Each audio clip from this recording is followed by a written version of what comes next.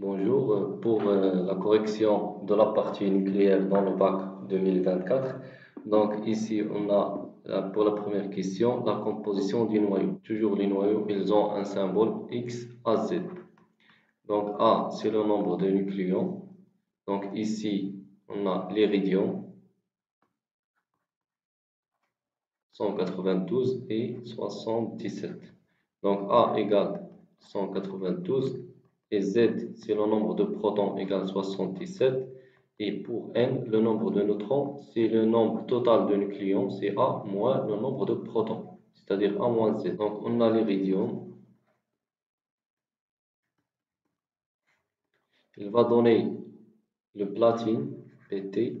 Donc A, on a ici 192, 192. Donc A égale 0. 0 plus 192, c'est 192.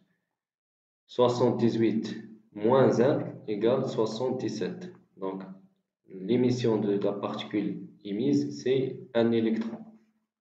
Donc, on va trouver un électron E0 moins 1 après l'application des lois de Dosodi. Donc, le type de site des intégrations, c'est bêta moins, car on a l'émission d'un électron.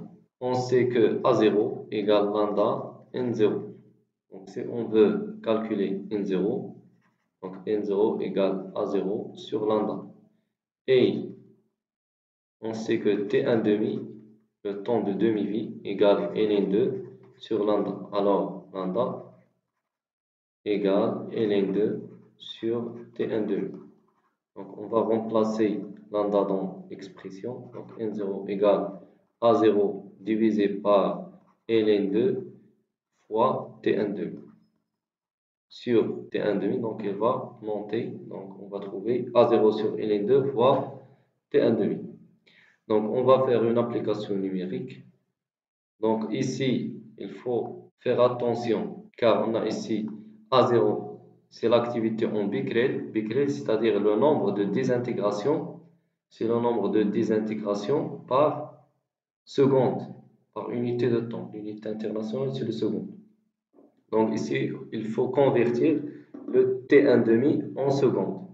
Donc ici, il est converti déjà. Donc T1 demi égale 6,39 fois 10 à la puissance 6 secondes. Donc c'est bon. A0 égale 1,0. Donc le nombre initial des noyaux de l'iridium, c'est égal à 9,96 10 à la puissance 4. Donc on veut déterminer le nombre de noyaux désintégrés. Donc on sait que N égale le nombre qui reste après la désintégration. Par exemple, si on a ici 10 noyaux, c'est-à-dire N0 égale 10. Après un certain temps, les noyaux qui restent, qui n'ont pas désintégré, par exemple, c'est 3. Et 7 noyaux, ils ont désintégré. Donc, N égale à 3, c'est-à-dire le nombre de noyaux non désintégrés. Donc, on veut calculer le nombre de noyaux désintégrés. C'est-à-dire, par exemple, dans cet exemple, c'est 7. C'est pas 3. Donc, on sait que la loi de décroissance radioactive N égale à N0 exponentielle moins lambda T. Et on sait que NT, par exemple, NT égale quoi? Égale à N0 moins N. C'est bon. Donc, tout d'abord, on va calculer N et après, on va faire une soustraction simple pour trouver NT.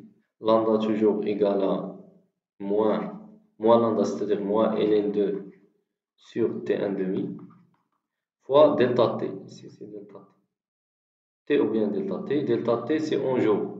Donc, il faut garder le T1 demi en jour. Il faut garder le T1 demi en jour pour simplifier par le jour. Et T1 demi égale 74. Donc, N égale à 106,48 pour trouver le nombre de noyaux désintégrés, c'est-à-dire le nombre initial des noyaux, moins le nombre qui reste, N.